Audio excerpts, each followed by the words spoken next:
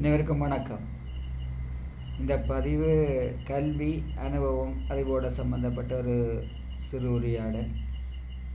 நான் மீண்டும் சொல்கிற மாதிரி இது ஒரு பெரிய இந்த அறிவின் உச்சத்தாலேயோ அல்லது மேதாவித்தனத்தாலேயோ இந்த பதிவை இடையில சாதாரணமான ஒரு விவசாயி என்று சொல்கிறதுல எனக்கு மகிழ்ச்சி. இப்போ என்ன கதைக்க பாருன்னு சொன்ன அன்றைக்கு 2-3 நாளைக்கு முதல் யாழ்ப்பாண பல்கலைக்கழகத்தின் பட்டமளிப்பு விழா நடைபெற்றது.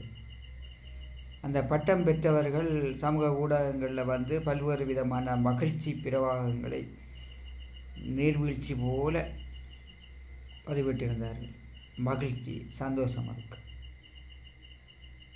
ஆனால் என் மனதில் உள்ள ஒரு மனக்குமுறல் என்னென்று சொன்னால், இந்த பட்டம் பெற்றவர்கள் 4-5 வருஷம் அல்லது 6 வருஷம் வீணாக்கி போட்டு சில பட்டங்கள், கலைப்பிரிவு அப்படி சில பட்டங்களை பெற்றவர்கள் பின்னர் வேலை வாய்ப்பு கேட்டு வந்து கச்சேரி வாசலில் நிற்பார். 35-40 வயதாகியும் வேலை கிடைக்காமல், குடும்ப வாழ்க்கையில் போக முடியாமல், அதாவது திருமணம் நடக்காமல், முடி நரைத்து, முதுகெலும்பு கூனி, தொழிலின்றி, நிம்மதியின்றி கச்சேரி வாசலில் வந்து வேலைதான் என்று நிற்பார்கள். அது மிகவும் வேதனைக்குரியது. நானும் பட்டம் முடித்து 4-5 வருஷம் வேலை இல்லாமல் இருந்து தான் வேலை கிடைச்சது. ஆனால் எனக்கு ஒரு கொஞ்சம் குறிப்பிட்ட காலத்தில் கிடைச்சிட்டு, ஆனால் இப்போ பார்த்தோம்னு சொன்னால் நிறைய காலத்துக்கு வேலை இல்லாமல் இருக்கிறார். எனக்குள்ளே நான் சிந்திக்கிறேன், அவர்கள் பெற்றுக்கொண்ட பட்டத்தை வைத்து சுயமாக ஒரு தொழிலை ஏன் நமது நாட்டில் தொடங்க முடியாமல் இருக்கின்றது? ஏன் அரசாங்க வேலைக்கு அவர்கள் கையேந்தி நிற்க வேண்டி உள்ளது? ஒரு சில பட்டங்களை பெற்றவர்களுக்கு சமூகத்தில் அந்த கேள்வி இருக்குது, அந்த பட்டங்களுக்குரிய கேள்வி. அவர்கள் நேரடியாக நல்ல வேலை வாய்ப்பு பெற்று போகின்றார்கள். ஆனால் அநேகமானவர்கள் வேலை வாய்ப்பின்றி தமது இளமையையும் தொலைத்து நிம்மதியையும் தொலைத்து நிற்கின்றார்கள். உண்மையில் இதை பற்றி சிந்திக்கணும். எமது கல்வி முறையை நேரடியாக ஒரு சுயதொழில் முயற்சியை, அரசாங்க தொழில் கிடைக்காவிட்டால்,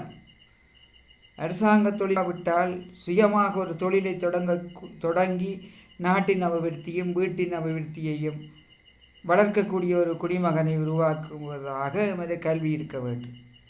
சரியா? இதான் என்ற கருத்து. இதுக்குள்ளே நான் ஒரு விஷயத்தை கொண்டு வரேன். இந்த 2-3 நாளுக்குள் நடந்த விஷயம்.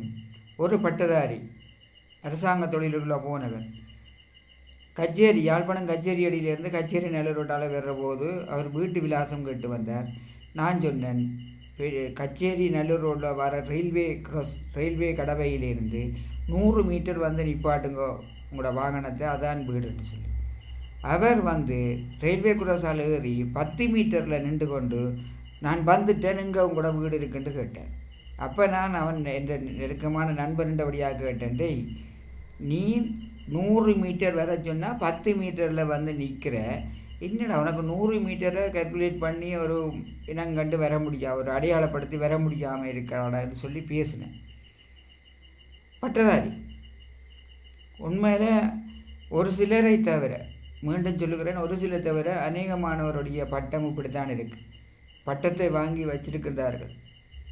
நடைமுறை அறிவு அவர்களுக்கு இல்லை. நடைமுறை வாழ்க்கையில் நீந்தி கடக்கக்கூடிய தேர்ச்சி திறன் இல்லை, அனுபவம் இல்லை.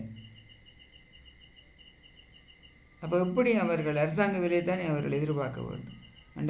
ஏதோ போயிருந்துட்டு கையப்பம் வச்சுட்டு மாத சம்பளத்தை வச்சு குடும்பத்தை ஓட்டுருக்கு.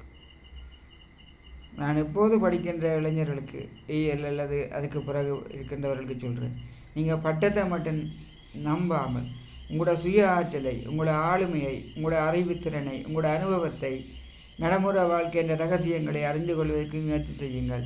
வாழ்க்கை உங்களுக்கு வெற்றிகரமாக இருக்கும். அரசாங்க வேலை இல்லாவிட்டால் விவசாயம் செய்வேன், விவசாயம் இல்லாவிட்டால் நான் வேறொரு தொழில் செய்வேன், கால்நடை வளர்ப்பேன், நல்ல கைத்தொழில் செய்வேன், நன்கு பல்பர வியாபாரம் செய்வேன் என்று சொல்லி தன்னம்பிக்கையை வளர்த்து கொண்டு வாழ்க்கைக்குள்ளே குதியுங்கள். பட்டம் உங்களுக்கு ஒரு சிறு பட்டமாகத்தான் பிறகு தெரியும்.